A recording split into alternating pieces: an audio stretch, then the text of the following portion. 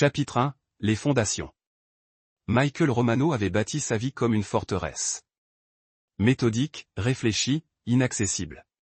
À 42 ans, il possédait 3 ateliers de réparation automobile prospères à travers le comté. Chacun témoignait de son éthique de travail acharné et de son sens aigu des affaires. Ses mains calleuses racontaient l'histoire d'un homme parti de rien, travaillant 16 heures par jour dans le garage exigu de son père, jusqu'à ce qu'il économise suffisamment pour acheter son premier atelier à 25 ans. Le nom de Romano était important dans le comté de Millbrook. Quand les gens avaient besoin de réparer leur voiture, ils s'adressaient à Mike. Lorsqu'ils avaient besoin d'un prêt pour se remettre sur pied, les ateliers de Mike proposaient des échéanciers de paiement qui permettaient aux familles de se déplacer. C'était le genre d'homme qui se souvenait du nom de chaque client et de la date d'anniversaire de leurs enfants. Son mariage avec Linda Phillips avait été le joyau de sa vie soigneusement construite. Elle était la fille de l'ancien maire de Millburg, une blonde éclatante, diplômée en éducation et aspirant à devenir directrice d'école. Ils s'étaient rencontrés lors d'une vente aux enchères caritatives 8 ans plus tôt, où Mike avait enchéri avec succès sur un week-end, juste pour avoir une excuse pour lui parler. Tu sais bien que ce forfait est pour les massacres, pas pour Hawaï.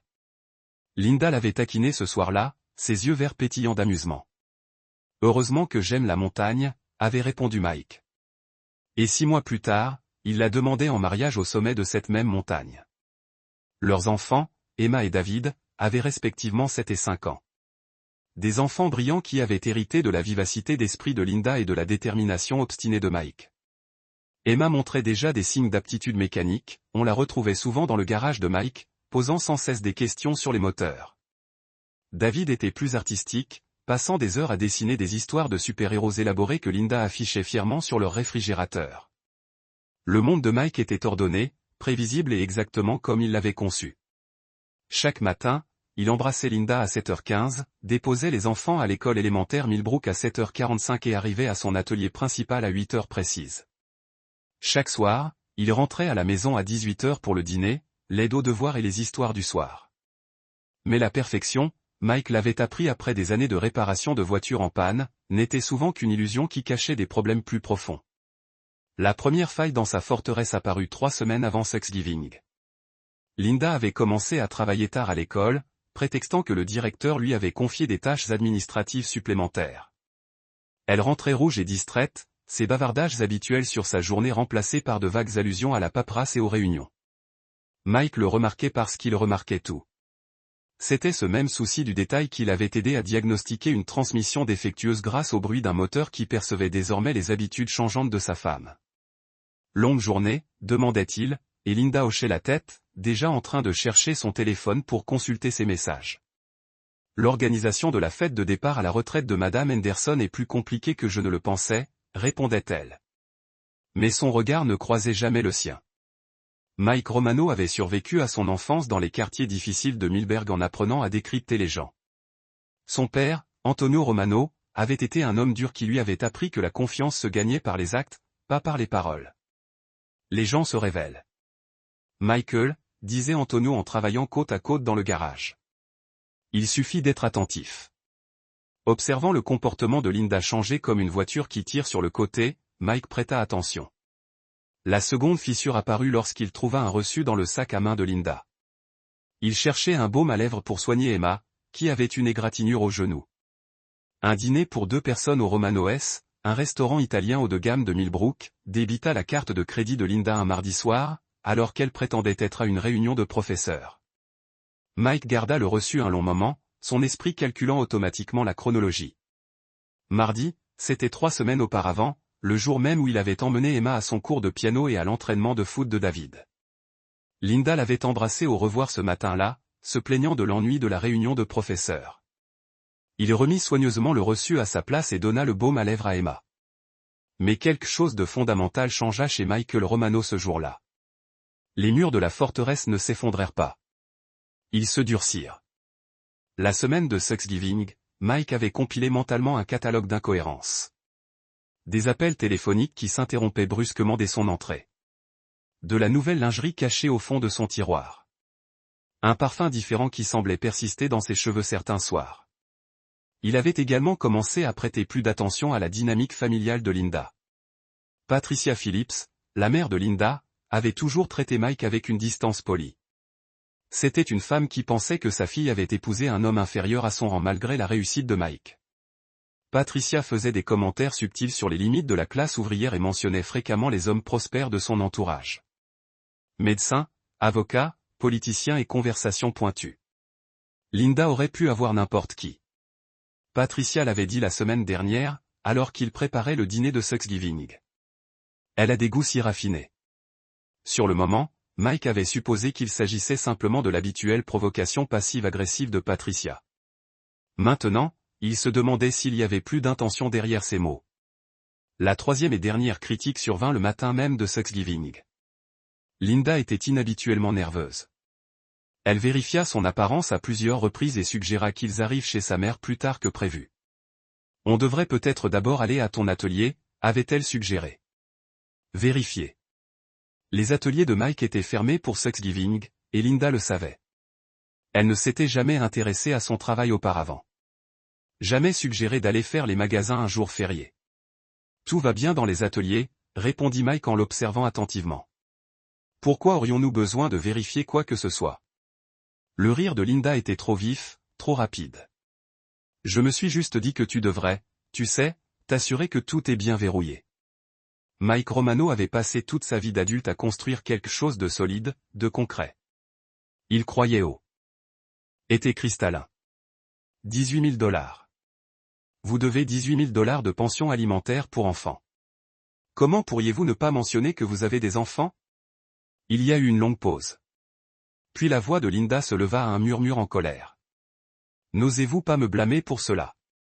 Vous avez dit que vous étiez divorcé sans complications. Vous avez dit que vous commenciez frais. C'est exactement le genre de choses qui pourrait détruire tout ce pour quoi nous avons travaillé. Mike sourit cynisme. Linda commençait à comprendre que Kyle Morrison n'était pas le prix qu'elle pensait qu'il était, mais elle ne savait pas à quel point les choses étaient sur le point d'obtenir. Mercredi, la phase 2 du plan de Mike en action. Vincent avait passé la nuit précédente à placer stratégiquement des preuves où elles seraient découvertes par les bonnes personnes au bon moment. À 8 heures du matin, un pourboire anonyme a atteint le département de l'éducation de l'État signalant des violations possibles d'éthique de Kyle Morrison. Le pronostiqueur a affirmé avoir des preuves d'une relation inappropriée entre le directeur sportif et un membre du corps professoral marié. À 9 heures, Patricia Phillips a reçu un appel téléphonique chez elle d'une femme prétendant être un enquêteur privé travaillant pour l'ex-femme de Kyle. Madame Phillips, je comprends que vous avez apporté une aide financière à Kyle Morrison. J'appelle pour vous informer que cet argent peut être soumis à la saisie pour une pension alimentaire pour enfants non rémunérés. Je ne sais pas de quoi vous parlez, a déclaré Patricia, mais sa voix manquait de conviction. Madame, nous avons des dossiers bancaires montrant les transferts de votre compte au compte de Kyle Morrison totalisant plus de 20 000 $. Cet argent appartient à ses enfants et mon client a l'intention de le récupérer. À 10 heures, Kyle Morrison a été appelé au bureau du directeur Harrison pour une interview officielle. Harrison avait passé la nuit précédente à examiner le dossier personnel de Kyle et à passer des appels téléphoniques à des références en Californie. Kyle, je vais vous poser des questions directes et j'ai besoin de réponses honnêtes. Harrison a déclaré, êtes-vous actuellement impliqué dans une relation personnelle avec un membre de la faculté ou du personnel? Les mains de Kyle se serrent sur ses genoux. Je ne pense pas que ma vie personnelle soit pertinente pour mon rendement au travail. Ce n'est pas ce que j'ai demandé. Êtes-vous actuellement impliqué dans une relation personnelle avec un membre de la faculté ou du personnel de cette école? Le silence s'étendait pendant près d'une minute avant que Kyle ne réponde finalement. J'ai développé des amitiés avec plusieurs collègues. Amitié ou quelque chose de plus intime. L'instinct de l'avocat de Kyle est entré en jeu. Je ne suis pas à l'aise de discuter de mes relations privées sans représentation légale. Harrison se pencha en avant. Kyle, vous n'êtes pas en état d'arrestation. Mais votre emploi ici nécessite le respect des normes professionnelles et des politiques de district. Si vous n'êtes pas en mesure de répondre aux questions de base sur votre conduite, je devrais supposer que vous avez quelque chose à cacher. À 11 heures, Linda Romano a été appelée dans le bureau de Harrison. Elle redoutait ce moment depuis mardi, mais elle espérait que Kyle gérerait la situation avant qu'elle ne l'atteigne. Linda, merci d'être venue. Je dois vous poser des questions sur votre relation avec Kyle Morrison. La bouche de Linda était sèche comme du coton. C'est un collègue. Nous travaillons ensemble sur divers projets administratifs. Votre relation avec Monsieur Morrison a-t-elle déjà été étendue au-delà de la collaboration professionnelle? La question était suspendue dans l'air comme un pistolet chargé. Linda savait que Harrison ne le demanderait pas à moins qu'il ne soupçonne déjà la vérité, mais admettre à l'affaire détruirait sa carrière, son mariage et la vie de ses enfants. Je ne sais pas ce que vous impliquez, a-t-elle dit attentivement. Harrison a ouvert un dossier sur son bureau et a supprimé plusieurs photographies. Le cœur de Linda s'arrêta alors qu'elle se reconnaissait elle-même et Kyle au restaurant Romano dans le parking de l'école. Entrant et sortant du motel. Ne joue pas innocent avec moi. L'argent que j'ai donné à Kyle pour l'aider à s'établir. Il y a des avocats disant qu'il peut être saisi pour la pension alimentaire pour enfants. Je pourrais perdre tout ce que j'ai investi pour vous éloigner de Michael. Linda a senti le dernier de ses plans soigneusement construits s'effondrer. Mère, j'ai parlé à Mike de l'affaire. J'essaie de sauver mon mariage. Le silence à l'autre bout du téléphone était assourdissant. Vous avez fait quoi? La voix de Patricia était glacée. Kyle m'a menti sur tout. Il a des enfants qu'il a abandonnés. Dites se cache. Toute la relation était basée sur des mensonges. Alors, tu n'abandonnes pas? Jetez des mois de planification minutieuse pour retourner ramper vers votre mari Grease Monkey. Mike m'offre une deuxième chance. C'est plus que ce que je mérite après ce que j'ai fait. Le rire de Patricia était amer. Toi stupide fille. Ne comprenez-vous pas que Michael sait déjà tout? Personne ne pardonne simplement l'adultère comme ça. Il planifie quelque chose et vous marchez directement dans son piège. Vendredi après-midi, a apporté le dernier coup à la vie de Kyle Morrison qui se désintègre rapidement. Jennifer Morrison, accompagnée d'un adjoint du shérif local, est arrivée à l'appartement de Kyle avec une ordonnance de crise des actifs. Kyle Morrison, vous êtes en état d'arrestation pour violation délibérée de la pension alimentaire pour enfants ordonnée par le tribunal. Le député a annoncé alors que Kyle ouvrait sa porte. Les voisins de Kyle se sont rassemblés sur leur porche et leur balcon pour regarder comme il était menotté et a conduit à une voiture de patrouille. Ses vêtements chers, son image polie, son personnage soigneusement fabriqué. Rien de cela n'avait plus d'importance. Il était juste un autre père mortel arrêté pour avoir abandonné ses enfants. Jennifer a regardé avec sombre satisfaction tandis que les députés portaient des boîtes des biens de Kyle hors de son appartement.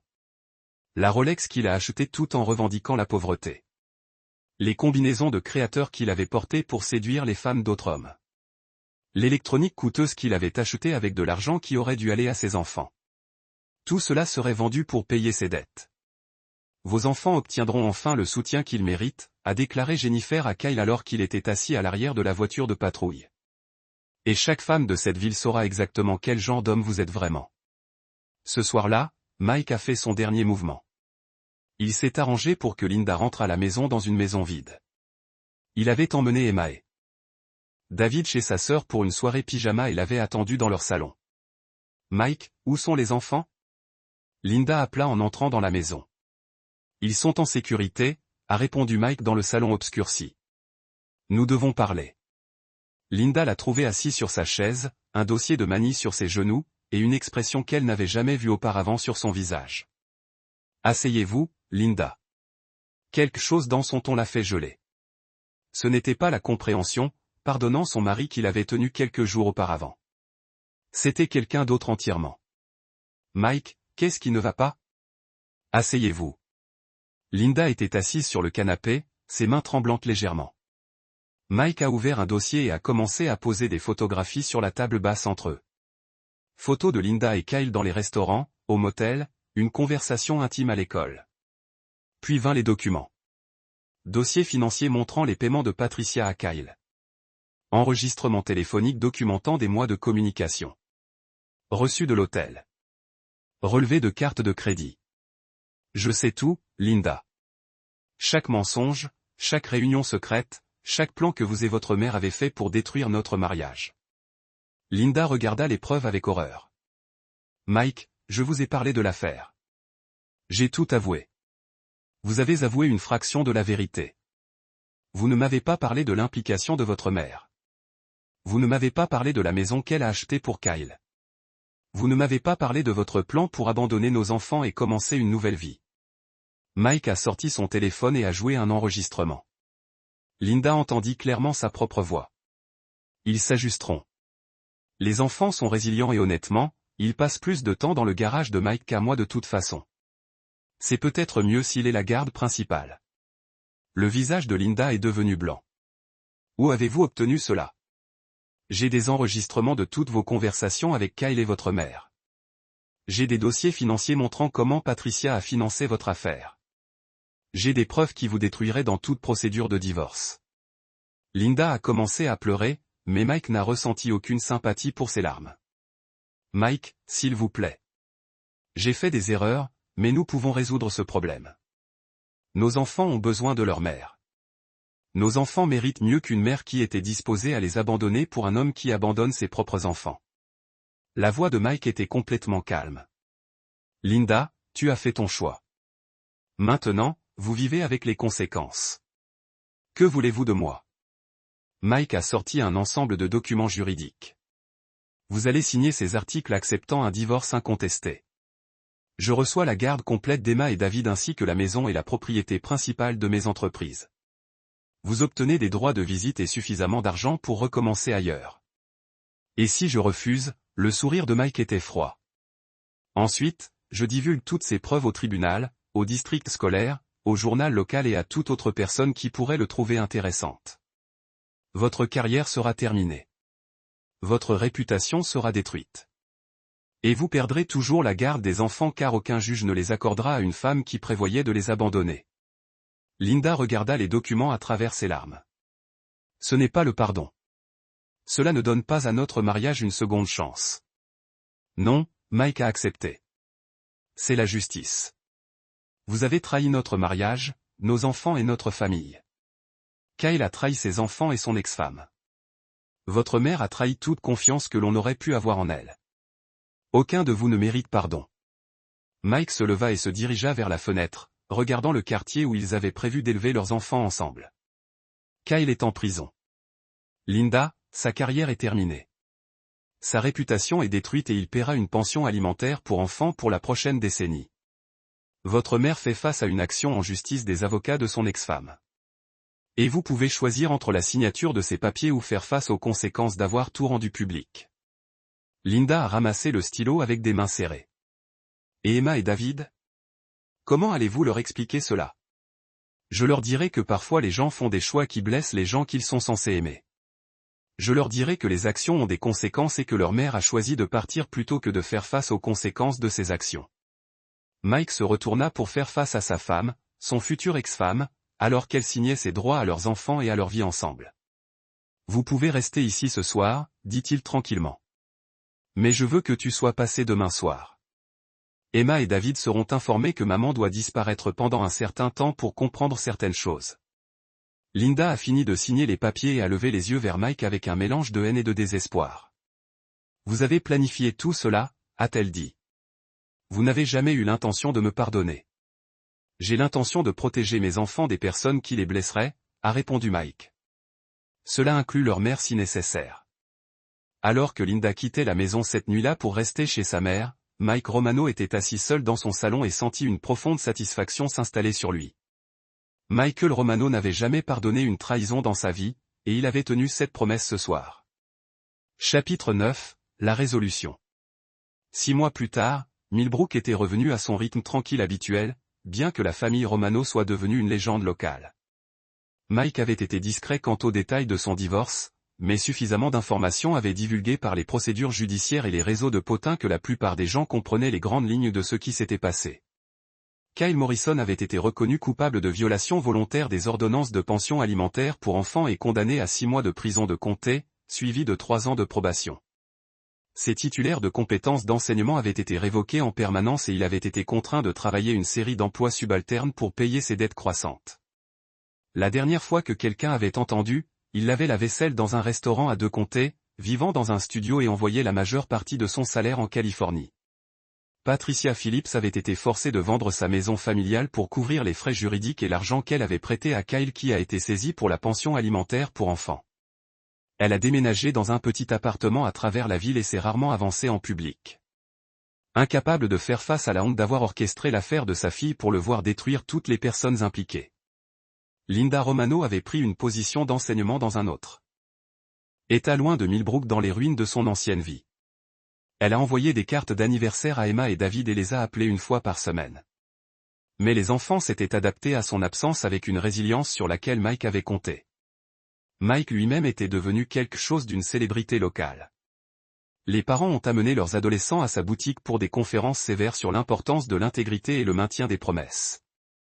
Les affaires avaient en fait augmenté alors que les gens le recherchaient, tirés par sa réputation d'homme qui se tenait près de ses principes, quel que soit le coût. Un samedi soir chaud à la fin du printemps, Mike était dans son garage travaillant sur une Mustang de 1967 tandis qu'Emma et David jouaient dans la cour. La domesticité paisible de la scène a été interrompue par le son d'une voiture qui tire dans son allée. Mike leva les yeux pour voir la détective Rita Vasquez sortir de sa voiture personnelle. Elle était en dehors du service vêtue d'un jean et d'une chemise décontractée, mais son expression était sérieuse. « Soirée, Rita » dit Mike, essuyant ses mains sur un chiffon de magasin. « Qu'est-ce qui vous amène ?»« Mike, j'ai besoin de vous demander quelque chose, et j'ai besoin que tu sois droit avec moi. » Mike a posé ses outils et lui a donné toute son attention. Bien sûr, l'enquête sur les antécédents de Kyle Morrison, le moment de tout ce qui lui est arrivé et Linda, tout s'est mis en place un peu trop bien. Enquêteur professionnel, détective privé, preuve apparaissant exactement quand il ferait le plus de dégâts. Mike acquiesça lentement. Ce fut une coïncidence. Mike, je suis flic depuis 15 ans. Je ne crois pas aux coïncidences comme ça. Rita se rapprocha, baissant sa voix. Avez-vous orchestré le tout? Mike était silencieux pendant un long moment, compte tenu de sa réponse. Rita, laissez-moi vous poser une question. Si quelqu'un trahissait votre confiance, blessait vos enfants et prévoyait de détruire votre famille, que feriez-vous? Je voudrais la justice, a répondu le lecteur sans hésitation. Moi aussi. La question est de savoir si vous attendez que le système rende justice ou si vous prenez des mesures pour vous assurer que la justice se produit réellement. Rita a étudié son visage. Ce n'est pas vraiment une réponse. C'est la seule réponse que je peux vous donner. Mike ramassa sa clé et retourna travailler sur la Mustang. Kyle Morrison a abandonné ses enfants et a séduit la femme d'un autre homme. Linda Romano prévoyait d'abandonner ses enfants pour un homme qui avait déjà prouvé qu'il avait abandonné les enfants. Patricia Phillips a financé une affaire conçue pour détruire un mariage et une famille. Mike leva les yeux vers Rita. Ils sont tous confrontés à des conséquences pour leur choix. Que ces conséquences aient eu lieu naturellement ou avec une aide, je ne pouvais pas le dire. Rita a été calme pendant plusieurs minutes en regardant Mike travailler. Hors du disque, elle a finalement déclaré « Je suis heureuse que les choses aient fonctionné comme elles l'ont fait. Ces enfants sont mieux sans des gens comme ça dans leur vie. » Je pense que oui aussi. Rita a commencé à partir que de revenir en arrière. Mike, quoi que ce soit ou non, j'espère que vous savez que certaines lignes ne peuvent pas être décroisées. Si jamais vous avez orchestré quelque chose comme ça, assurez-vous que cela en valait la peine. Mike a posé ses outils et a regardé Emma et David, qui poursuivaient les lucioles dans le crépuscule de rassemblement. Ses enfants étaient heureux, en bonne santé et en sécurité. Ils vivaient dans une maison remplie d'honnêteté et d'intégrité. Ils grandiraient en comprenant que les actions ont des conséquences et que la confiance, une fois brisée, ne peut jamais être entièrement réparée. Cela en valait la peine, dit-il tranquillement. Après le départ de Rita, Mike a terminé son travail sur la Mustang et a appelé les enfants à l'intérieur pour des bains et des histoires au coucher. Alors qu'il glissait Emma au lit, elle a posé la question qui était dans son esprit depuis des semaines. « Papa, maman rentre-t-elle à la maison ?» Mike s'est assis sur le bord de son lit et a choisi soigneusement ses paroles. « Maman a fait des choix qui nuisent à notre famille, chérie. Parfois, lorsque les gens font de mauvais choix, ils doivent faire face à des conséquences. Maman a choisi de partir plutôt que de faire face à ces conséquences. Mais elle nous aime toujours, non? À sa manière, oui. Mais l'amour n'est pas seulement des sentiments, Emma. L'amour, c'est faire de bons choix, tenir des promesses et mettre les gens que vous aimez en premier. Maman ne pouvait pas faire ces choses. » Emma hocha la tête solennellement. « Veux-tu jamais nous quitter, papa? » « Jamais, dit fermement Mike. Je choisirai toujours notre famille d'abord. C'est une promesse que je ne briserai jamais. » Plus tard dans la soirée, après que les deux enfants dormaient, Mike s'est assis sur son porche arrière avec une bière et a réfléchi au cours de la dernière année. Il a perdu une femme, mais il avait sauvé ses enfants de grandir dans une maison construite sur des mensonges et une trahison. Il a détruit 3 personnes qui ont essayé de le détruire, mais il n'a ressenti aucune culpabilité à propos de leur sort. Patricia Phillips lui avait appris que certaines personnes allaient dans des efforts extraordinaires pour obtenir ce qu'ils voulaient, peu importe qui s'est blessé dans le processus. Kyle Morrison lui avait montré que certaines personnes étaient fondamentalement égoïstes, prêtes à abandonner leurs propres enfants pour un confort personnel. Linda avait prouvé que même les personnes en qui vous avez le plus confiance peuvent le trahir complètement. Mais Mike Romano avait montré à tous quelque chose de plus important. Ces actions ont des conséquences, que la trahison porte un prix, et que certains hommes se rendront à tout pour protéger ce qui compte le plus pour eux. Alors que les lucioles dansaient dans sa cour et que ses enfants dormaient en toute sécurité dans leur lit, Mike Romano a ressenti une profonde satisfaction en sachant qu'il avait tenu sa promesse la plus importante. Il n'avait jamais pardonné une trahison, et il avait veillé à ce que les gens qui le trahissent soient confrontés à des conséquences appropriées.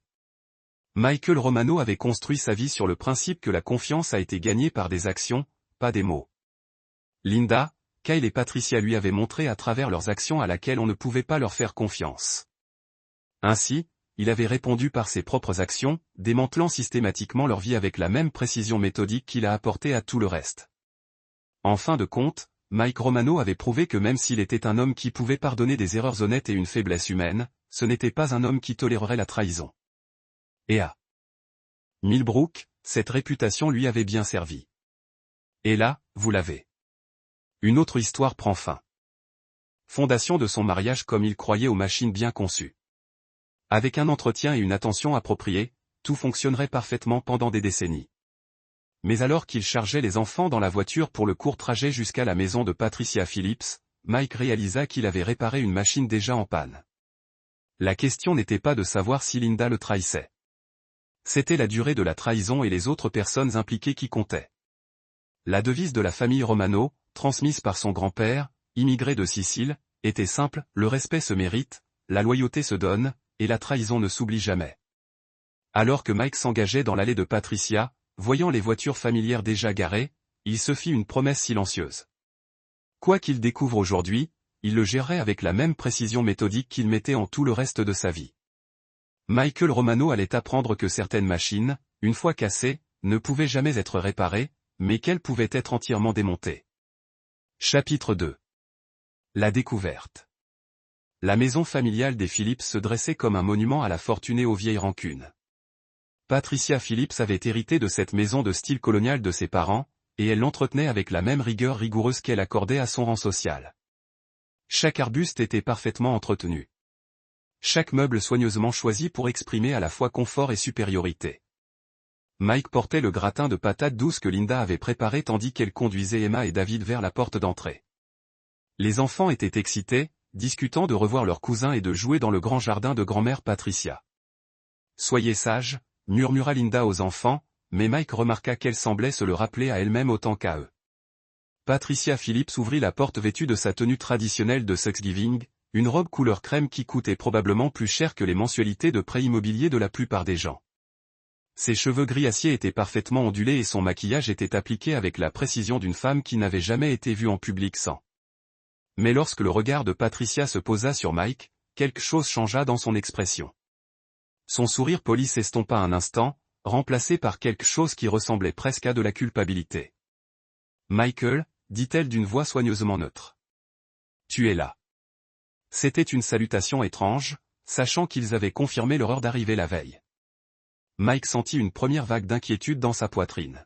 « Bien sûr que nous sommes là, » dit Linda rapidement en s'avançant. « Pourquoi ne le serions-nous pas ?» Le regard de Patricia oscilla entre Linda et Mike. Et à cet instant, Mike vit la vérité écrite sur son visage aussi clairement qu'un code de diagnostic sur un écran d'ordinateur. Patricia savait quelque chose. Plus encore, Patricia faisait partie de quelque chose. Je me suis dit. Bon, peut-être aurais-tu décidé de passer les fêtes à la maison cette année, dit Patricia, mais ses paroles manquaient de conviction. Mike s'avança, toujours le ragoût à la main, et lui adressa son plus chaleureux sourire. Je ne raterai ça pour rien au monde, Patricia. La famille, c'est tout, non? Le mot « famille » fit mouche. Patricia tressaillit. Bien sûr, dit-elle en s'écartant pour les laisser entrer. Tout le monde est dans la salle à manger. Tandis qu'il traversait la maison, Mike réfléchissait à toutes les possibilités. La liste des invités pour Thanksgiving de Patricia était toujours la même. Le frère cadet de Linda, Tommy, et sa femme, Rebecca, avec leurs 2 enfants. La sœur de Patricia, Margaret, et son mari, George. Et cette année, ils avaient mentionné que le frère de Rebecca les rejoindrait. Le frère de Rebecca. Mike ne l'avait jamais rencontré, mais Linda l'avait mentionné plusieurs fois récemment. Kyle Morrison, récemment divorcé, était récemment revenu à Millbrook et avait récemment été embauché comme directeur sportif du lycée où travaillait Linda. Les pièces du puzzle s'emboîtèrent avec la précision d'un moteur bien huilé. Mike entendit les rires avant d'apercevoir la salle à manger. Emma et David coururent aussitôt vers leur cousin, mais Mike s'arrêta sur le seuil, observant la scène avec une clarté nouvelle. La table était dressée pour le nombre habituel de convives, mais l'intimité de la réunion semblait plus exclusive qu'accueillante. Tommy était plongé dans une conversation avec un homme grand et athlétique que Mike ne reconnut pas qu'à Morrison, sans doute. Rebecca préparait les amuse-gueules tandis que Margaret et George occupaient leurs places habituelles près de la cheminée. Et là, au centre de tout cela, Linda. Elle riait d'une remarque de Kyle, sa main posée nonchalamment sur son bras, un geste qui évoquait la familiarité, les secrets partagés, un sentiment de confort qui prenait du temps à s'installer. Mike regarda sa femme toucher un autre homme avec la même intimité désinvolte qu'elle lui avait autrefois réservée et sentit une froideur calculatrice s'installer dans sa poitrine. « Mike » cria Tommy, remarquant enfin leur arrivée. « Viens rencontrer Kyle. »« Kyle, voici Michael, le mari de Linda. » Kyle Morrison se retourna et Mike se retrouva face à tout ce qu'il n'était pas. Là où Mike était solide et buriné par des années de travail physique, Kyle était mince et poli. Là où les mains de Mike laissaient apparaître les callosités du travail manuel, celles de Kyle étaient douces et manucurées. Là où Mike s'habillait de façon pratique, Kyle arborait l'élégance décontractée issue d'une vie de privilège. « Michael » dit Kyle en lui tendant la main avec un sourire qui n'atteignit pas tout à fait ses yeux. « J'ai tellement entendu parler de toi », Mike serra la main qu'il lui tendait, remarquant la fermeté de Kyle et son regard un peu trop long. La poignée de main d'un homme cherchant à asseoir sa domination. « Drôle », répondit Mike, son propre sourire tout aussi appliqué. Linda t'a à peine mentionné. C'était un petit regard, mais il a fait mouche. La confiance de Kyle vacilla un instant, et Linda intervint rapidement pour apaiser sa gêne. J'ai dit que Kyle commençait à l'école, dit-elle, mais sa voix était trop claire, trop défensive. D'accord, dit Mike. Le poste de directeur sportif, c'est un sacré progrès. Rappelle-moi ce que tu faisais avant que Kyle ne serre légèrement la mâchoire. J'entraînais l'équipe de football universitaire de Californie, Division 2, et tu as abandonné pour revenir à Millbrook. Mike s'empressa d'adopter un ton conversationnel, mais précis. Ça devait être une sacrée opportunité. Des raisons familiales, dit Kyle d'un ton sec. Mike hocha la tête pensivement. La famille, c'est important. À ce propos, où dois-je mettre ce plat? Linda sauta presque sur l'occasion pour échapper à la conversation. Je vais te montrer la cuisine. Alors qu'ils s'éloignaient, Mike surprit Patricia qui les observait avec une anxiété à peine dissimulée. La femme vibrait presque d'une énergie nerveuse, et Mike nota cette observation pour plus tard. Dans la cuisine, Linda s'affairait à réarranger les plats déjà parfaitement disposés. « Tu n'as pas à l'interroger, dit-elle sans regarder Mike. Est-ce que je l'interrogeais? Je pensais être amicale. Linda se tourna vers lui et, l'espace d'un instant, Mike aperçut la femme dont il était tombé amoureux. Vulnérable, incertaine, peut-être même pleine de regrets. Mike, moi Linda. Kyle s'enquiert du choix des vins. La voix de Patricia coupa court à ce que Linda s'apprêtait à dire.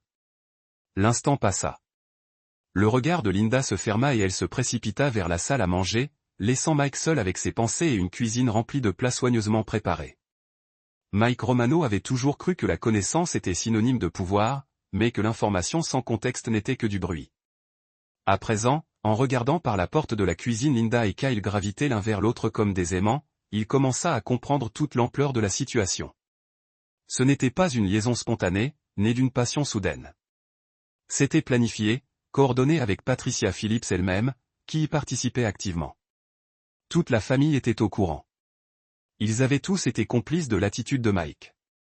Il repensa à Emma et David jouant innocemment avec leur cousin, tandis que les adultes autour d'eux entretenaient une mascarade élaborée.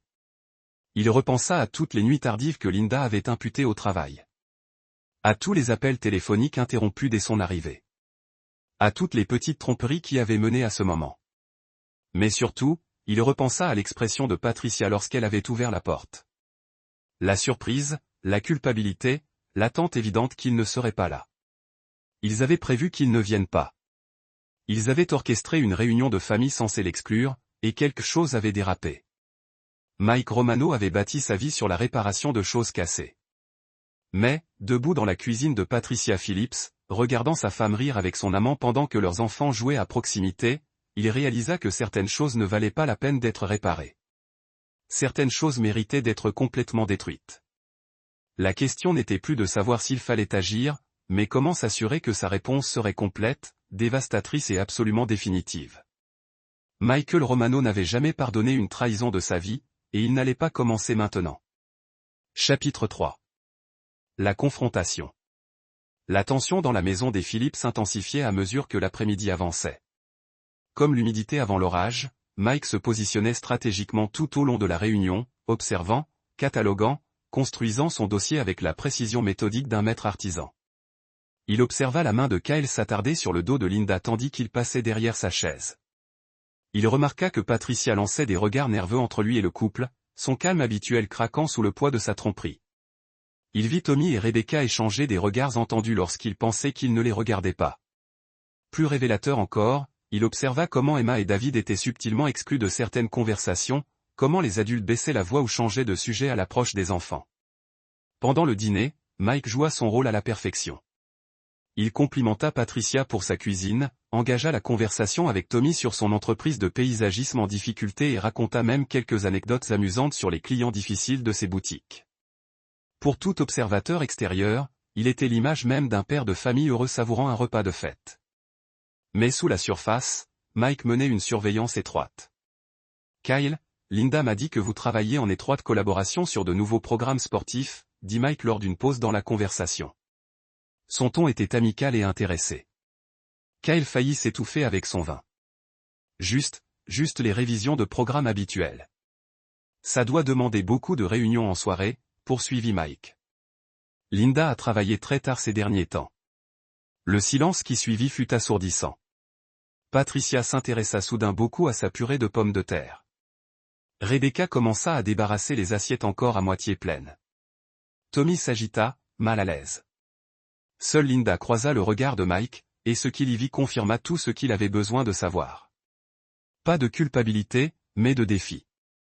Elle le mettait au défi de la dénoncer, le mettant au défi de faire une scène devant les enfants. Eh bien, dit finalement Margaret d'une voix trop enjouée. Qui veut un dessert? Après le dîner, pendant que les femmes faisaient le ménage et que les hommes se retiraient dans le salon devant un match de foot à la télévision, Mike s'excusa pour aller aux toilettes. Au lieu de cela, il se dirigea vers le bureau de Patricia, une petite pièce où elle gérait ses diverses organisations caritatives et ses engagements sociaux. Patricia Phillips était une femme qui documentait tout. Son bureau était couvert de piles ordonnées de papier, de carnets de rendez-vous et de correspondants. Mike parcourut rapidement les documents visibles, à la recherche de tout ce qui pourrait éclairer la conspiration qu'il dévoilait. Il le trouva dans l'agenda personnel de Patricia, ouvert sur son bureau. 3 semaines d'entrée qui racontaient une histoire accablante. Dîner entre elle et K. Romano. Elle faisant des achats pour K. K cherchant une maison. Elle assistant. Mais c'est l'entrée du jour qui glaça Mike. Dîner de famille et déplacement professionnel. Ils avaient prévu qu'il soit absent. Quelqu'un avait prévenu Patricia que Mike serait en déplacement professionnel aujourd'hui, laissant Linda libre d'emmener Kyle au dîner de famille pendant que petit ami, futur mari. Mike photographia les pages du calendrier avec son téléphone, puis retourna rapidement au salon où Kyle pontifiait sur la stratégie footballistique devant Tommy et George, l'air ennuyé.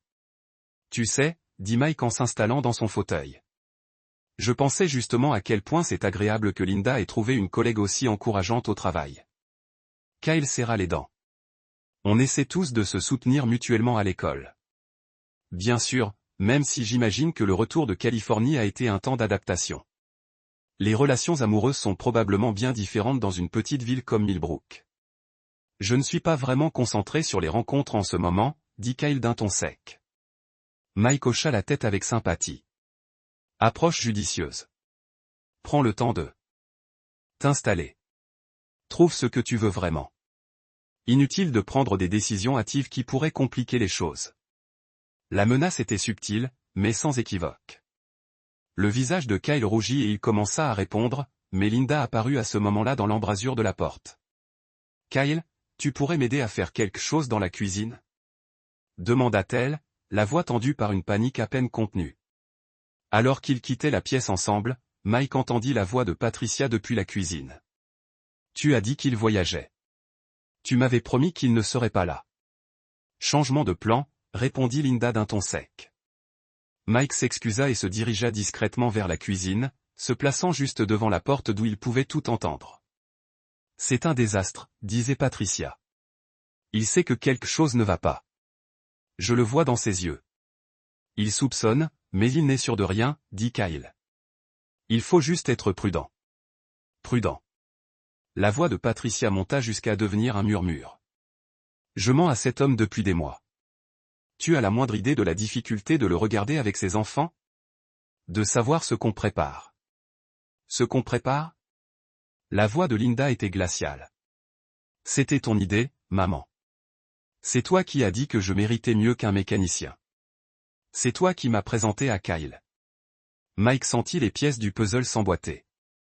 Ça n'avait pas commencé comme une liaison. Tout avait commencé par une campagne calculée orchestrée par Patricia pour mettre fin au mariage de Linda. Je veux que tout aille mieux pour toi, dit Patricia sur la défensive. Michael est un homme bien, mais pas lui. Ce n'est pas notre genre de personne. Kyle vient de la bonne famille, du bon milieu. Il peut t'offrir la vie que tu mérites. Et les enfants? Kyle demanda, et Emma et David. La question flottait dans l'air comme un gaz toxique. Mike se surprit à retenir son souffle, attendant la réponse de Linda. Ils s'adapteront, dit finalement Linda. Les enfants sont résilients et, honnêtement, ils passent plus de temps dans le garage de Mike qu'avec moi de toute façon. Ce serait peut-être mieux s'il en avait la garde principale. Ces mots frappèrent Mike comme un coup de poing. Linda n'avait pas seulement l'intention de le quitter. Elle prévoyait d'abandonner leurs enfants. Quand Kyle lui demanda après Noël, Linda répondit, « Je demanderai le divorce en janvier. D'ici là, tout sera réglé. La maison de Kyle sera prête et nous pourrons prendre un nouveau départ. » Mike en avait assez entendu. Il retourna au salon, son esprit explorant les options et les conséquences. Tommy et George étaient absorbés par le match de foot, ignorant que leur femme était dans la cuisine, préparant la destruction de sa famille. 20 minutes plus tard, Patricia apparut dans l'embrasure de la porte, l'air d'une joie forcée. « Michael, je suis vraiment désolé, mais je crois qu'Emma est en train de contracter quelque chose. Elle a l'air un peu fiévreuse. » C'était un mensonge, bien sûr. Emma allait bien 5 minutes plus tôt lorsqu'il l'avait vue jouer avec ses cousins. Mais Patricia lui fournissait une excuse pour partir, espérant probablement sauver ce qui restait de leur complot. Mike se leva aussitôt. Bien sûr, il fallait la ramener chez elle et la mettre à l'aise. Tandis qu'ils rassemblaient leurs affaires, Mike croisa une dernière fois le regard de Kyle. Le jeune homme essayait de paraître confiant, mais Mike voyait la peur sous-jacente. « Kyle, » dit Mike en lui tendant de nouveau la main.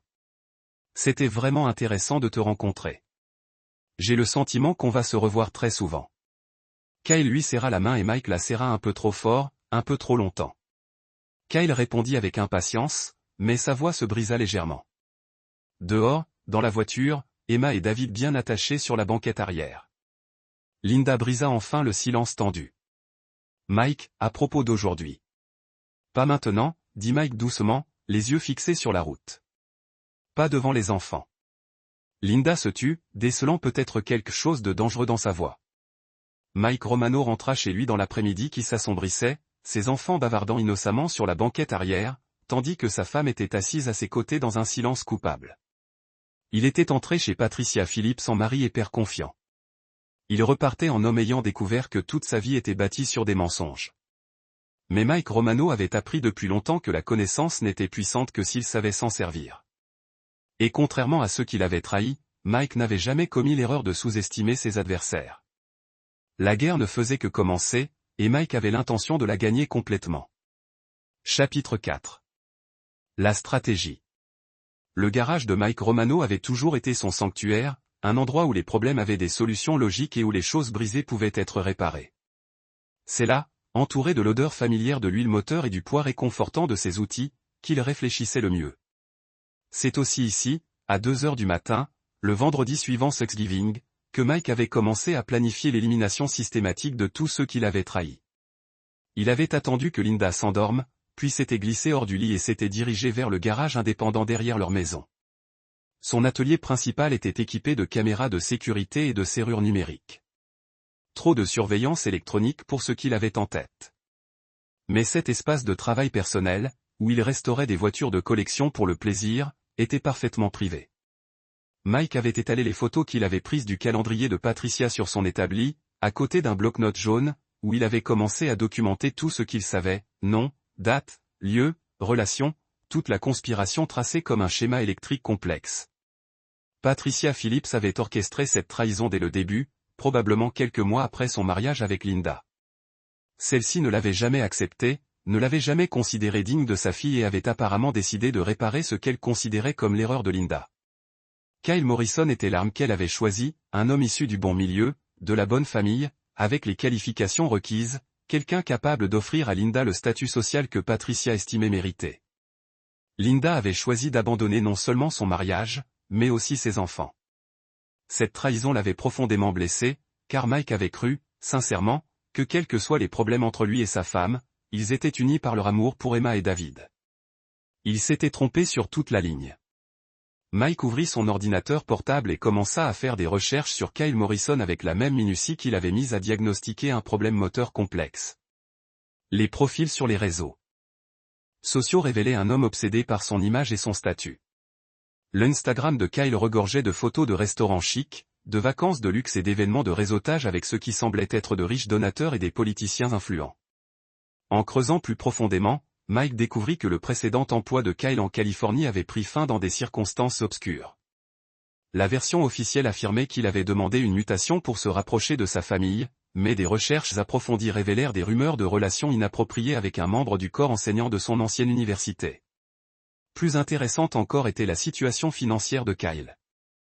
Malgré son apparence soignée et ses goûts de luxe, les archives publiques montraient qu'il était criblé de dettes, ses cartes de crédit au maximum, ses prêts étudiants en défaut de paiement et un historique de vie au-dessus de ses moyens qui remontait à des années. Kyle Morrison n'était pas seulement l'amant de Linda. C'était un chercheur d'or qui la voyait comme son sésame pour la stabilité financière. Mike photographia les dossiers financiers de Kyle et les ajouta à son dossier grandissant. Savoir était une arme, mais il devait être stratégique quant à son utilisation. Samedi matin, la première phase de son plan se mit en branle. Linda était à l'épicerie avec les enfants, offrant à Mike l'intimité nécessaire pour passer des appels importants. Son premier appel fut adressé à l'inspectrice Rita Vasquez, du département de police de Millbrook. Rita était une cliente régulière des boutiques de Mike depuis des années, et ils avaient noué une amitié fondée sur le respect mutuel et partagé des anecdotes sur les difficultés de la vie dans une petite ville. « Mike, comment s'est passé ton Thanksgiving ?» La voix de Rita était chaleureuse et familière. « Intéressant, » répondit Mike. « Écoute, Rita, j'ai besoin de conseils.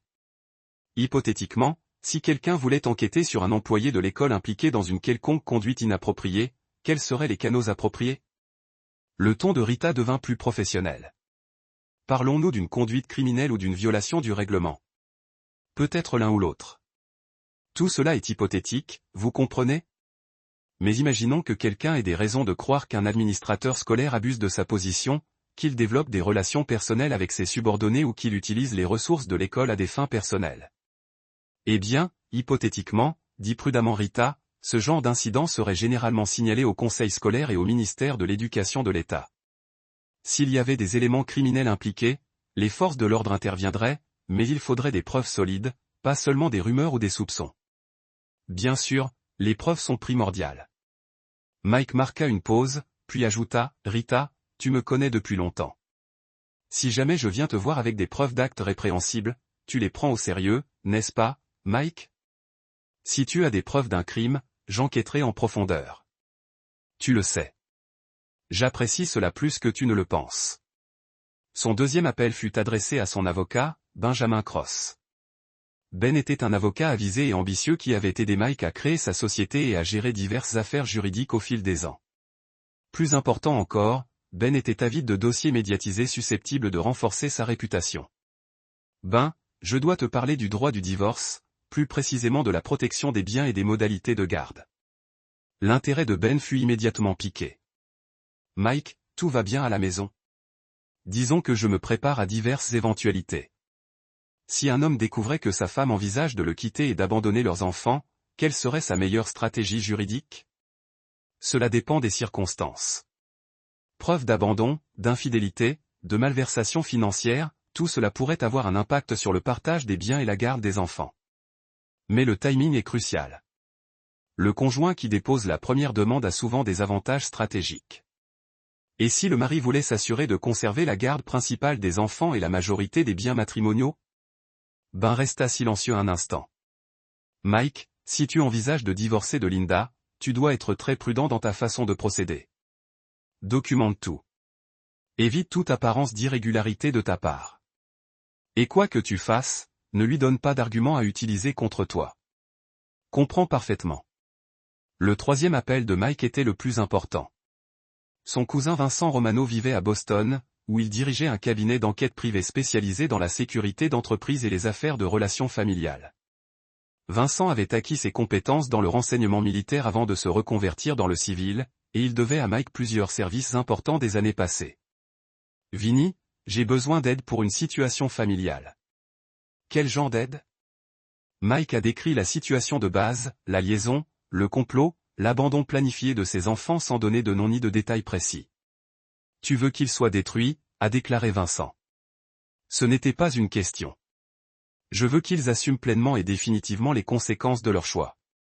C'est ce que je me suis dit. Donnez-moi les détails. Mike a passé 20 minutes à informer son cousin de tout ce qu'il avait découvert. Vincent l'a écouté sans l'interrompre, posant de temps en temps des questions de clarification sur les échéances et les relations. Ça va demander un peu de coordination, a finalement dit Vincent. Mais c'est faisable. L'essentiel est de s'assurer que tout se déroule naturellement, par leurs propres actions plutôt que par une intervention de votre part. C'est exactement ce que je veux. Il me faudra une semaine pour mettre en place une surveillance et recueillir des renseignements supplémentaires. Pouvez-vous maintenir le statu quo aussi longtemps? Mike a réfléchi à la question. Linda et Kyle pensaient agir en secret, probablement fiers de la façon dont ils avaient géré leur liaison. Patricia Phillips pensait protéger sa fille d'un mariage inadapté. Aucun d'eux ne soupçonnait que Mike connaissait la vérité. Je peux vous donner 2 semaines, mais après, tout reprendra son cours normal. Compris.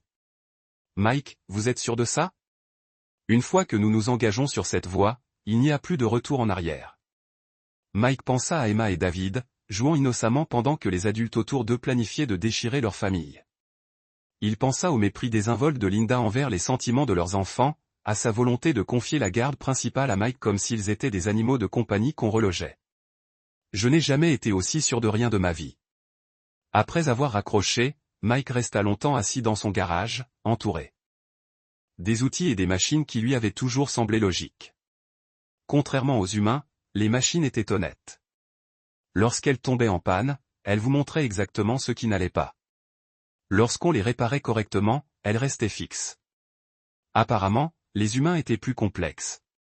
Mais Mike Romano n'avait jamais rencontré de problème qu'il ne puisse résoudre avec les bons outils, les bonnes connaissances et suffisamment de détermination. Lorsque Linda et les enfants rentrèrent des courses, Mike était dans la cuisine en train de préparer du café, l'air d'un homme insouciant. « Comment était le magasin » demanda-t-il en embrassant la joue de Linda avec une affection maîtrisée. « Bien » répondit-elle, mais il remarqua qu'elle s'écartait légèrement de son contact. Mike sourit et aida Emma et David à ranger leurs courses, jouant le rôle d'un mari et d'un père dévoué tandis que son esprit calculait les angles d'attaque et les pertes potentielles. La guerre avait commencé, mais l'ennemi ignorait déjà qu'il était en train de perdre. Chapitre 5, les renseignements. Vincent Romano arriva à Millbrook le mardi suivant, au volant d'une berline banale immatriculée dans le Massachusetts et muni d'un certificat d'inspecteur de sécurité pour des compagnies d'assurance. C'était la couverture parfaite pour quelqu'un qui avait besoin de se déplacer librement en ville, de poser des questions et d'observer les gens sans attirer l'attention. Mike le retrouva dans un restaurant en dehors des limites de la ville, où ils pouvaient discuter sans risquer d'être reconnus par les habitants. Vincent ressemblait comme deux gouttes d'eau à ce qu'il était. Un ancien officier du renseignement militaire qui avait appris à se fondre dans n'importe quel environnement. Taille moyenne, corpulence moyenne, très oubliable dont la plupart des gens ne se souviendraient plus 5 minutes après l'avoir rencontré. « Je surveille vos cibles depuis 3 jours, dit Vincent en glissant un dossier en papier craft sur la table. Votre femme et son petit ami ne sont pas aussi prudents qu'ils le croient. Mike ouvrit le dossier et découvrit une collection de photos et de notes de surveillance. Linda et Kyle dans un café du centre-ville, assis dans un box d'angle, la tête collée l'une à l'autre. La main de Kyle sur la cuisse de Linda, sur le parking derrière l'école. Ils entrent tous les deux dans un motel en périphérie, puis repartent séparément 45 minutes plus tard. Ils se retrouvent tous les mardis et jeudis après l'école, continua Vincent. Toujours le même motel, toujours la chambre 237. Kyle paie aux caisses sous le nom de John Morrison. Pas vraiment le genre de cerveau criminel. Mike étudia les photos avec un détachement clinique. Voir les preuves de la trahison de Linda ne lui faisait plus mal. C'était simplement des données à traiter et à exploiter. Et Patricia Phillips? Le visage de Vincent s'assombrit. Cette femme est une vraie perle. Elle facilite activement cette affaire depuis des mois. Je l'ai suivie hier dans une agence immobilière du centre-ville. Il s'avère qu'elle cherchait une maison pour Kyle et qu'elle avait versé un acompte pour un logement à environ 10 minutes de chez toi. Elle finance la vie de Kyle ici. Ça s'améliore. J'ai réussi à consulter des documents financiers. Votre belle-mère transfère de l'argent à Kyle depuis 4 mois. 5 000 par-ci, 3 000 par-là. Elle le paie pour qu'il vous vole votre femme. Mike sentit une vague de satisfaction s'installer dans sa poitrine. Patricia Phillips ne se contentait pas de faciliter la liaison de Linda. Elle la finançait. Une telle implication financière serait dévastatrice dans une procédure de divorce. J'ai besoin de copies de ces documents financiers déjà traités. J'ai aussi des relevés téléphoniques montrant des communications régulières entre 3 depuis août. SMS, journaux d'appel, tout. Vincent a sorti un deuxième dossier, plus épais que le premier. Mais c'est là que ça devient vraiment intéressant. Votre ami Kyle Morrison a de sérieux secrets dans son placard. Mike a ouvert le dossier et y a trouvé un rapport d'enquête détaillé qui dépassait de loin tout ce qu'il aurait pu découvrir par lui-même. Le parcours professionnel de Kyle était un véritable sillage de relations inappropriées et de manquements à l'éthique, chacun soigneusement dissimulé par des administrateurs bienveillants ou de riches relations. C'est un prédateur, dit Vincent sans détour. 3 écoles différentes, 3 relations inappropriées avec des collègues féminines. À chaque fois, il a réussi à éviter les poursuites judiciaires grâce à une combinaison de pression juridique et d'arrangements financiers. La documentation était accablante, des plaintes pour harcèlement sexuel mystérieusement retirées. Des irrégularités financières discrètement réglées. Une tendance à cibler les femmes vulnérables, souvent en instance de divorce ou traversant une crise personnelle. Linda correspondait parfaitement à son profil de victime, réalisa Mike. Une femme mariée se sentant sous-estimée, susceptible d'attirer l'attention de quelqu'un qui semble sophistiqué et intéressé. Exactement. Et le meilleur dans tout ça, son ex-femme en Californie est disposée à parler. Il s'avère que Kyle a vidé leur compte joint avant de demander le divorce, puis a utilisé des actifs cachés pour éviter de payer une pension alimentaire adéquate pour leurs 2 enfants. Mike leva brusquement les yeux. Kyle a des enfants, 2 enfants qu'il a pratiquement abandonnés. Son ex-femme, Jennifer Morrison, le recherche depuis des mois car il est en retard de paiement de pension alimentaire. Elle ignorait totalement qu'il était à Millbrook avant que je la contacte. Les implications étaient stupéfiantes. Kyle Morrison n'était pas seulement un adultère. C'était un père indigne qui avait fui à l'autre bout du pays pour fuir ses responsabilités. Et Linda, qui envisageait d'abandonner ses propres enfants, était en couple avec un homme qui avait déjà abandonné les siens. Je veux parler à Jennifer Morrison, c'est déjà prévu. Elle prend l'avion ce week-end. Elle est très motivée à l'idée que Kyle soit tenu responsable de ses obligations. Vincent a fouillé dans sa veste et en a sorti un petit enregistreur numérique. J'ai aussi des enregistrements audio intéressants d'hier. Kyle et ta belle-mère ont eu une conversation passionnante. Il a appuyé sur lecture et Mike a entendu la voix de Patricia, claire et distincte. Linda doit demander le divorce avant Noël. Michael commence à se méfier et je ne veux pas qu'il ait le temps de cacher des biens ou de monter les enfants contre elle. La réponse de Kyle était tout aussi accablante. Et la question de la garde? Linda ne veut pas vraiment des enfants à temps plein, mais si elle ne les demande pas, ça fera mauvaise impression au tribunal. Nous demanderons la garde partagée, puis nous passerons progressivement à une garde plus fréquente. Linda sera tellement plus heureuse sans le fardeau quotidien de la maternité. Mike, arrête l'enregistrement. Ils ne planifient pas seulement de briser mon mariage. Ils élaborent des stratégies pour manipuler le système judiciaire. Et c'est pire. Je les ai enregistrés, discutant de ton patrimoine professionnel, de tes biens immobiliers, et même de spéculations sur un éventuel accident du travail qui te permettrait de toucher une assurance vie. L'idée d'une violence potentielle n'a pas autant choqué Mike qu'elle aurait pu l'être il y a une semaine. Il commençait à comprendre qu'il avait été marié à une inconnue, capable d'une trahison d'une ampleur qu'il n'aurait jamais imaginée. Vincent, j'ai besoin que tu documentes tout. Chaque rencontre, chaque conversation, chaque transaction financière. Je veux des preuves qui résisteront au tribunal et qui les anéantiront dans la communauté. Elles sont déjà là. Mais Mike, tu dois faire attention à ton propre comportement. S'ils soupçonnent que tu sais quelque chose, ils pourraient accélérer leur procédure ou prendre des mesures pour se protéger. Mike hocha la tête. Je peux gérer Linda et Patricia. Et Kyle? Le sourire de Vincent était prédateur. Laisse-moi m'occuper de Kyle Morrison. J'ai des idées qui devraient l'occuper pendant les prochaines semaines. En quittant le restaurant, Vincent tendit à Mike un petit appareil qui ressemblait à un porte-clés. Un traceur GPS, expliqua-t-il. Je veux savoir où elle va et qui elle voit. Ce soir-là, Mike installa le traceur pendant que Linda aidait les enfants à faire leurs devoirs. C'était une tâche simple qui prit moins de 30 secondes, mais en fixant l'appareil sous sa voiture, Mike eut l'impression de sceller le destin de sa femme. De retour à la maison, Linda lisait à David tandis qu'Emma jouait du piano. C'était une scène de tranquillité domestique qui aurait réchauffé le cœur de Mike il y a à peine une semaine. Maintenant, on aurait dit une représentation montée pour lui. Comment s'est passée la journée, demanda-t-il à Linda en s'installant dans son fauteuil avec une tasse de café. Les habituelles réunions budgétaires, les réunions de parents, les formalités administratives ennuyeuses. C'était un mensonge, bien sûr. D'après la surveillance de Vincent, Linda avait passé 2 heures au motel avec Kyle, puis avait rencontré Patricia pour planifier leurs prochaines actions.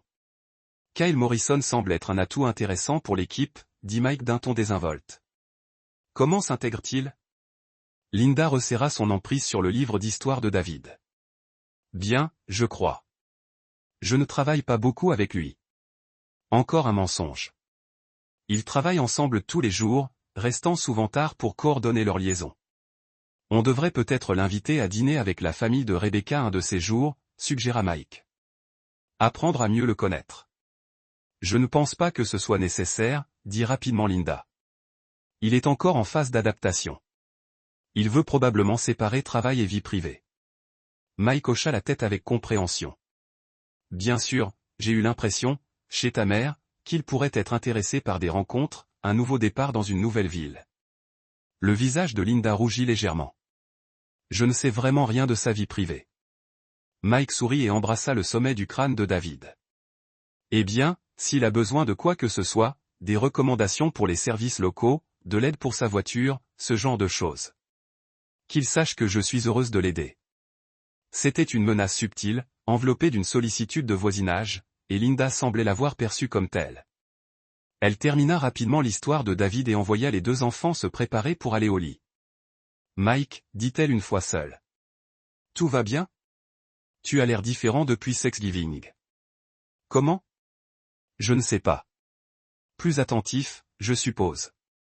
Plus intéressé par mon travail, mes collègues. Mike la serra contre lui, remarquant qu'elle se raidissait légèrement à son contact. Un homme peut-il s'intéresser à la carrière de sa femme? Je suis fier de ce que tu fais, Linda. Je veux te soutenir autant que je peux. Linda scruta son visage, guettant des signes de suspicion ou de colère. Mike garda une expression neutre, aimante, légèrement intrigué par son inquiétude. Je t'aime, dit-il, et fut surpris de constater qu'une partie de lui le pensait encore. Ou du moins, qu'il aimait toujours la femme qu'il avait cru qu'elle était. Je t'aime aussi, répondit Linda. Mais ces mots sonnaient creux, répétés. Cette nuit-là, Tandis que Linda dormait à ses côtés, Mike resta éveillé, les yeux rivés au plafond, planifiant la phase finale de sa campagne. Les renseignements recueillis par Vincent lui fournissaient plus de munitions qu'il n'osait l'espérer. Mais ces renseignements n'avaient de valeur que s'il savait les utiliser efficacement. Mike Romano avait appris la patience grâce à des années de travail mécanique minutieux, mais sa patience était presque à bout. Bientôt, il serait temps de montrer à Linda, Kyle et Patricia Phillips ce qui arrive quand on trahit la mauvaise personne. La seule question était de savoir s'il fallait les détruire rapidement ou lentement. Mike commençait à penser que la lenteur serait plus satisfaisante. Chapitre 6. Le piège. Jennifer Morrison arriva à Millbrook par un samedi matin gris de début décembre. Au volant d'une Honda cabossée immatriculée en Californie, un dossier chargé de documents juridiques. Mike la retrouva au restaurant où il avait rencontré Vincent, mais cette fois, il choisit un box d'angle où il pourrait discuter en privé sans être interrompu. Jennifer ne ressemblait en rien à ce que Mike avait imaginé. Là où Kyle projetait une sophistication raffinée, son ex-femme était visiblement en difficulté. Ses vêtements étaient propres mais usés. Sa voiture avait connu des jours meilleurs. Et elle se tenait avec la détermination lasse d'une femme qui se battait depuis trop longtemps. « Monsieur Romano », dit-elle en lui serrant fermement la main. « Merci d'avoir accepté de me rencontrer. Vincent m'a expliqué que la présence de Kyle dans votre communauté vous avait affecté. »« On peut dire ça », répondit Mike. « Je comprends qu'il vous doive une somme importante. » Le rire de Jennifer était amer. Importante, et bien trop court pour exprimer la réalité. Kyle n'a pas payé un centime de pension alimentaire depuis qu'il a quitté la Californie il y a 6 mois. Mes enfants ont 10 et 12 ans et ils n'arrêtent pas de me demander quand papa vient me voir ou pourquoi il ne m'appelle plus. Elle ouvrit son dossier et étala des documents sur la table. Voilà à quoi ressemble vraiment Kyle Morrison, quand on enlève tout son charme et ses mensonges. Mike étudia les papiers avec un étonnement croissant. Des ordonnances de pension alimentaire que Kyle avait ignorées. Des relevés bancaires prouvant qu'il avait systématiquement vidé leur compte joint avant de demander le divorce. Des relevés de cartes de crédit révélant des milliers de dollars dépensés en articles de luxe alors que les frais de scolarité de ses enfants restaient impayés. Il déclara au tribunal californien qu'il était au chômage et « je n'avais pas les moyens de payer la pension alimentaire », a poursuivi Jennifer. Pendant ce temps, il dépensait de l'argent pour une nouvelle garde-robe, des dîners coûteux et des billets d'avion en première classe. Il avait même acheté une Rolex 2 semaines avant de déclarer sa faillite. Et son nouveau travail ici à Millbrook ? Je l'ai appris grâce à un ami commun qui a vu son profil LinkedIn. Kyle gagne 75 000 $ par an en tant que directeur sportif, plus les avantages sociaux. Largement suffisant pour honorer ses obligations envers nos enfants. Mike a photographié les documents avec son téléphone, les ajoutant à son dossier de preuves grandissant. Jennifer, je vais te demander de faire quelque chose qui peut paraître inhabituel. Serais-tu prête à venir au lycée de Millbrook lundi matin et à déposer une plainte officielle concernant le non-paiement de la pension alimentaire par Kyle ? Les yeux de Jennifer se sont illuminés. Tu veux dire le confronter publiquement ? Mieux que ça. Je veux dire, impliquer l'administration du lycée, la police locale et peut-être les médias. Kyle se présente comme un éducateur responsable et un membre de la communauté. Je pense que les gens devraient savoir la vérité sur la façon dont il traite ses propres enfants. Qu'est-ce que tu y gagnes ? Mike réfléchit à ce qu'il allait révéler. Kyle Morrison a une liaison avec ma femme. J'ai des raisons de croire qu'il utilise le même procédé de manipulation et d'exploitation financière qu'avec vous. Je veux l'arrêter avant qu'il ne détruise une autre famille. Le visage de Jennifer se durcit. Ce salaud. Depuis combien de temps ça dure ? Plusieurs mois, peut-être plus. Ma femme envisage de nous quitter, nous et nos enfants, pour être avec Kyle. Elle ignore tout de son passé ni de ses obligations en suspens. Et puis, elle va avoir un réveil brutal. Jennifer rassembla ses papiers et se leva. Monsieur Romano, je ferai tout ce qu'il faut pour que Kyle assume ses responsabilités, mais je veux plus qu'une simple pension alimentaire. Je veux qu'il assume les conséquences de l'abandon de ses enfants. Mike sourit pour la première fois depuis des jours. Je pense que ça pourrait s'arranger. Lundi matin, la première phase de la contre-attaque de Mike eut lieu. Pendant que Linda se préparait pour le travail, Mike appela le secrétariat du lycée Millberg. Voici Michael Romano, dit-il à la secrétaire. J'aimerais parler au principal Harrison d'une affaire personnelle concernant Kyle Morrison. Linda, qui se maquille dans leur chambre, se figea à l'évocation du nom de Kyle. Quel genre d'affaires personnelles, demanda la secrétaire. J'ai des informations sur les antécédents de Monsieur Morrison que l'école devrait connaître. Cela concerne sa conduite professionnelle et ses obligations financières.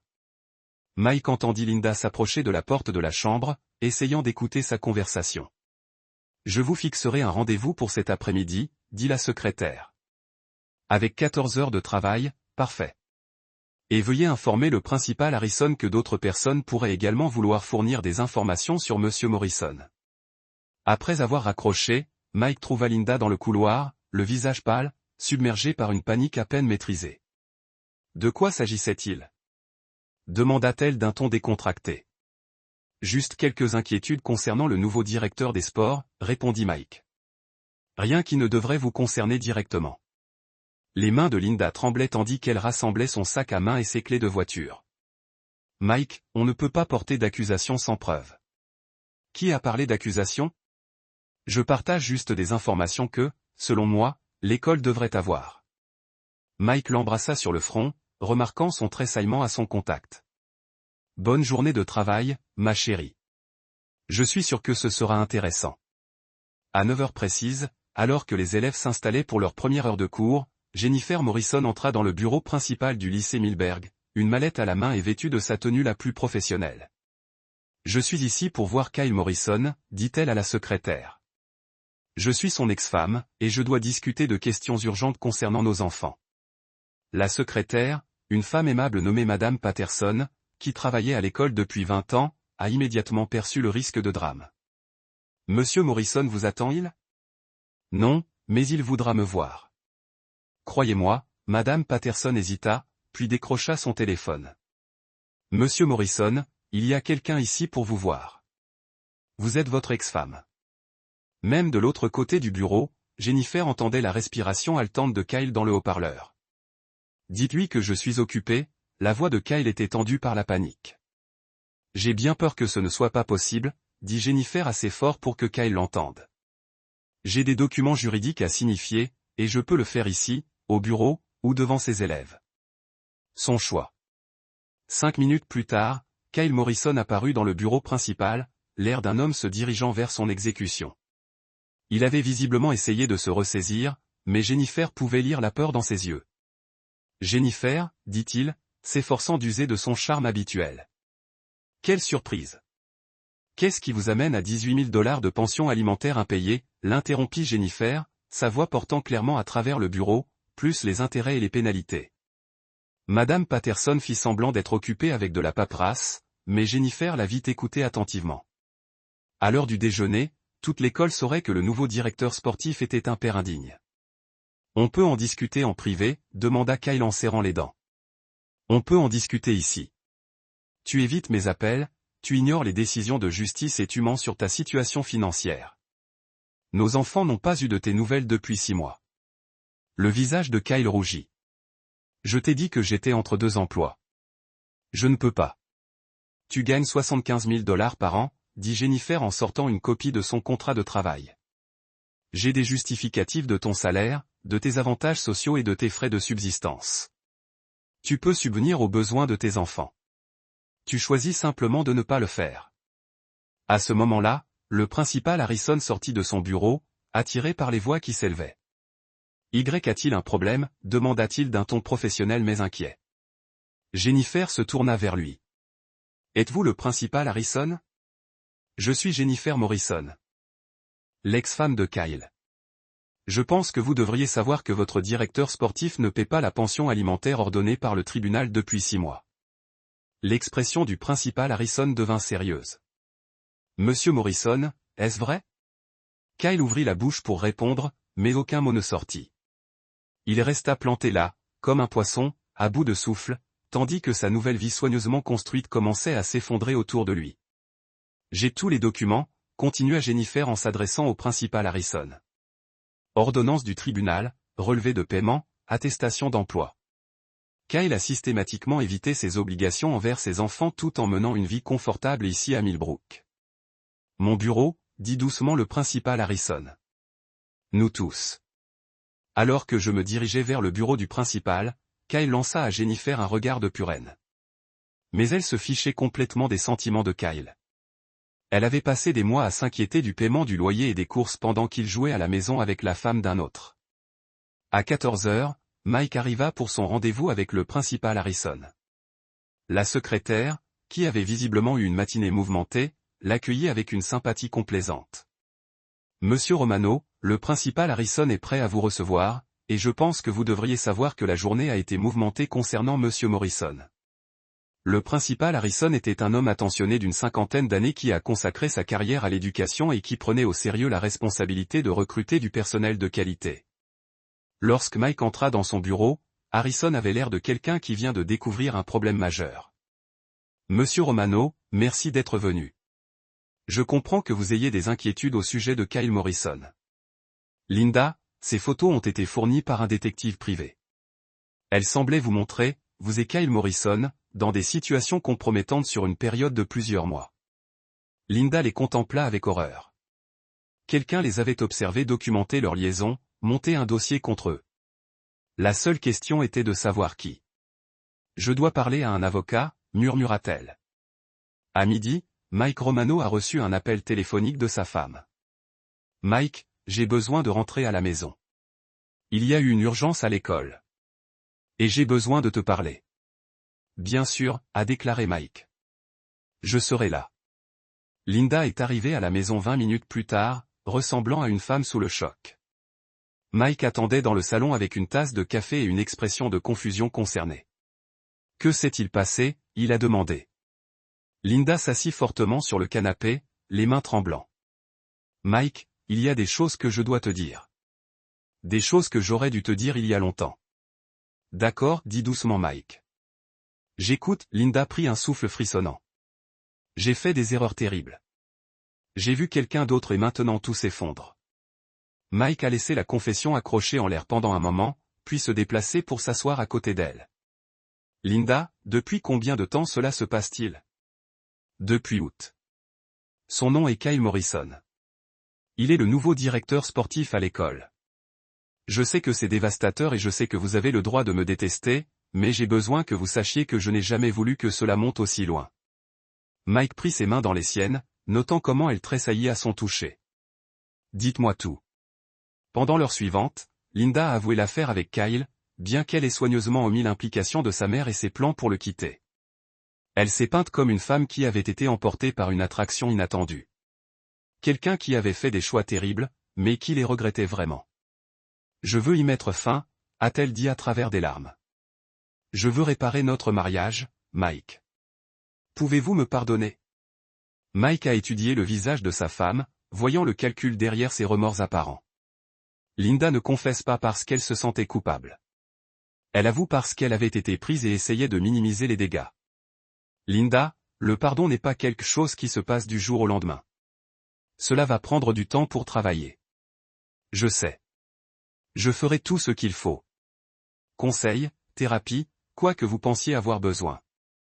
Mike hocha la tête pensivement. Et Kyle? Que pense-t-il que vous terminez la relation? L'expression de Linda s'est resserrée. Kyle a ses propres problèmes à gérer. Il m'a menti sur son passé, sur ses enfants, sur sa situation financière. Je me rends compte maintenant que je ne le connaissais pas vraiment du tout. Ses enfants. Il a 2 enfants en Californie qu'il a abandonnés. Il doit des milliers de pensions alimentaires pour enfants. Tout ce qu'il m'a dit était un mensonge. Mike a ressenti une vague de satisfaction. Linda découvrait ce que ça faisait d'être trahi. Pour réaliser que quelqu'un en qui vous avez confiance vous avait menti depuis des mois. Cela doit être très difficile, a-t-il dit avec sympathie. Mike, je sais que je ne mérite pas une autre chance, mais j'en demande un de toute façon. Nos enfants ont besoin de leur famille intacte. Pouvons-nous au moins essayer de sauver notre mariage? Mike a regardé dans les yeux de Linda et a vu le désespoir, la peur et le calcul. Elle ne demandait pas le pardon. Elle négociait pour la survie. Nous pourrions essayer, dit-il finalement. Mais Linda, il doit y avoir des conditions. Honnêteté complète à partir de maintenant. Plus de contact avec Kyle Morrison. Propation proprique pour vos activités et communications. Lyndon hocha la tête avec impatience. Oui, absolument. Tout ce dont vous avez besoin. Et Linda, je vais avoir besoin de vous pour signer certains documents reconnaissant l'affaire et acceptant les conditions que j'ai mentionnées. Pour notre propre protection, au cas où nous aurions besoin d'une thérapie en couple ou d'une orientation juridique, Linda a hésité un instant, puis a hoché la tête. Bien sûr. Mike la rapprocha, sentant son corps tendu dans ses bras. Nous passerons à travers ça, murmura-t-il. Notre famille est plus forte qu'une erreur. Mais alors qu'il tenait sa femme mensonge et faisait des promesses sur le pardon et les deuxièmes chances, Mike Romano prévoyait déjà la phase finale de sa vengeance. Parce que Mike Romano n'avait jamais pardonné une trahison dans sa vie, et il n'était pas sur le point de commencer. Maintenant, chapitre 8, la destruction. Le document que Linda a signé ce soir-là a été soigneusement conçu par Benjamin Cross pour être bien plus qu'une simple reconnaissance de l'infidélité. Caché dans la langue juridique de ce qui semblait être un accord de réconciliation matrimoniale, des clauses qui donneraient à Mike des avantages importants dans toute procédure de divorce future. Linda, désireuse de sauver ce qu'elle pouvait de sa situation en ruine, a signé sans lire les petits caractères. Elle était concentrée sur le contrôle des dommages, ignorant que Mike orchestrait sa chute complète. Jeudi matin, a apporté une nouvelle dévastatrice pour Kyle Morrison. Le directeur Harrison l'a appelé au bureau pour annoncer que la commission scolaire avait voté pour le placer en congé administratif immédiat en attendant une enquête complète sur sa conduite.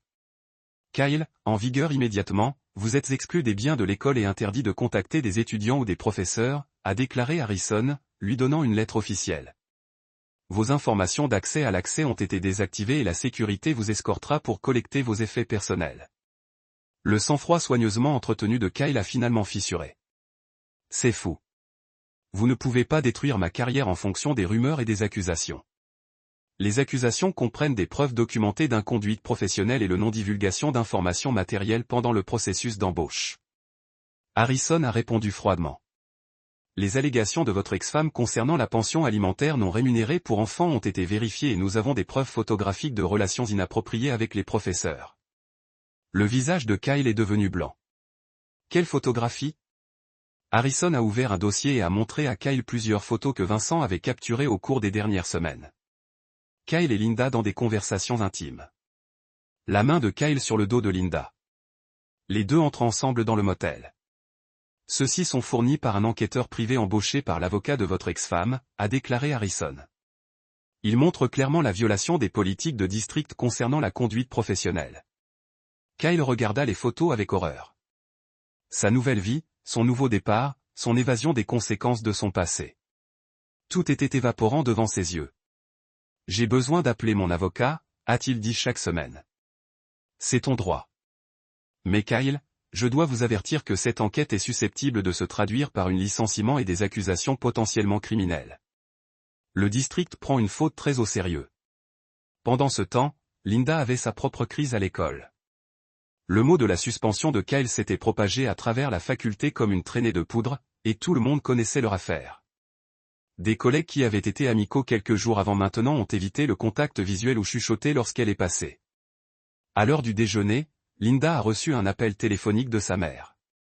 Linda, nous devons parler immédiatement. La voix de Patricia était tranchante de panique. Il y a des gens qui posent des questions sur l'argent. J'ai donné à Kyle. Je pense que quelqu'un enquête sur nos accords financiers. Quels arrangements financiers ? Demanda Linda, même si elle savait exactement ce que signifiait sa mère. Je le fais, mais d'abord, laissez-moi demander. Est-ce que quelque chose d'inhabituel s'est produit aujourd'hui concernant Monsieur Morrison ? L'expression de Harrison était sombre. Son ex-femme s'est présentée ce matin avec des preuves qu'il a violé les ordonnances judiciaires pour pension alimentaire pour enfants. C'est préoccupant. Mike hocha la tête avec sympathie. Qui s'aligne sur certaines des informations que j'ai découvertes. Le directeur Harrison, je crois que Kyle Morrison s'est dénaturé dans cette école et dans notre communauté. Mike a répandu sa propre documentation sur le bureau de Harrison. Dossier financier montrant les problèmes de dette de Kyle. Les dossiers de l'emploi révélant le modèle de relations inappropriées. Les références de personnages de la Californie qui ont peint une image très différente du CV poli de Kyle. Bon Dieu, marmonna Harrison en passant en revue les documents. Comment cela a-t-il dépassé notre vérification des antécédents ? Kyle est très bon pour se présenter sous le meilleur jour possible, a répondu Mike. Mais ses antécédents parlent de lui-même. Et j'ai peur qu'il y ait des problèmes supplémentaires qui se développent ici même à Millbrook. Harrison leva brusquement. Quel genre de problème? Mike hésita comme s'il était réticent à parler. J'ai entendu des rumeurs sur les relations inappropriées avec les professeurs. Rien de concret. Vous comprenez? Mais étant donné son histoire, avez-vous des preuves d'inconduite actuelle? Pas encore. Mais le principal Harrison, les modèles ont tendance à se répéter. Kyle Morrison a laissé une trace de relations endommagées et d'irresponsabilité financière partout où il était. Je ne pense pas que le lycée Milberg devrait être sa prochaine victime. Harrison se pencha en arrière sur sa chaise, clairement troublé. Monsieur Romano, j'apprécie que vous portiez cela à mon attention. Je vais devoir effectuer un examen approfondi de l'emploi et du comportement de Monsieur Morrison depuis qu'il a commencé ici. Bien sûr. Et le principal Harrison. Si vous avez besoin d'informations ou de documents supplémentaires, n'hésitez pas à m'appeler. Alors que Mike quittait l'école, il sentit une profonde satisfaction s'installer dans sa poitrine. La nouvelle vie soigneusement construite de Kyle Morrison commençait à s'effondrer. Et ce n'était que le début. Phase 1, le piège était terminé. Kyle était maintenant sous contrôle officiel. Son ex-femme le poursuivait pour une pension alimentaire pour enfants, et sa réputation dans la communauté commençait à craquer, mais Mike Romano ne faisait que commencer. Chapitre 7, le calcul. La première fissure dans le sang-froid de Linda est apparue mardi soir lorsqu'elle est rentrée du travail, semblant avoir vieilli 5 ans en une journée. Mike était dans la cuisine en aidant Emma à ses devoirs de mathématiques tandis que David a construit une construction Lego élaborée sur la table de la salle à manger. « Comment était ta journée ?» demanda Mike avec une véritable curiosité. Linda laissa tomber son sac sur le comptoir avec plus de force que nécessaire. Il y avait des problèmes administratifs à l'école. Rien d'important. Mike a hoché la tête avec sympathie tandis qu'Emma a résolu un problème particulièrement difficile. Ces choses se produisent. Je suis sûr que tout ce que cela se déroulera. Le téléphone de Linda a bourdonné d'un SMS. Elle le regarda et Mike a vu son visage pâler. J'ai besoin de passer un appel téléphonique, a-t-elle dit en me dirigeant vers leur chambre. Mike attendit jusqu'à ce qu'il entende la porte de la chambre à proximité. Puis suivit tranquillement. La voix de Linda était à peine audible par la porte, mais sa détresse était indubitable. Il sait quelque chose, Kyle. Le directeur Harrison a passé 2 heures à poser des questions sur vous aujourd'hui et votre ex-femme. Pourquoi ne m'as-tu pas parlé de ton ex-femme? Mike ne pouvait pas entendre la réponse de Kyle, mais les mots suivants de Linda.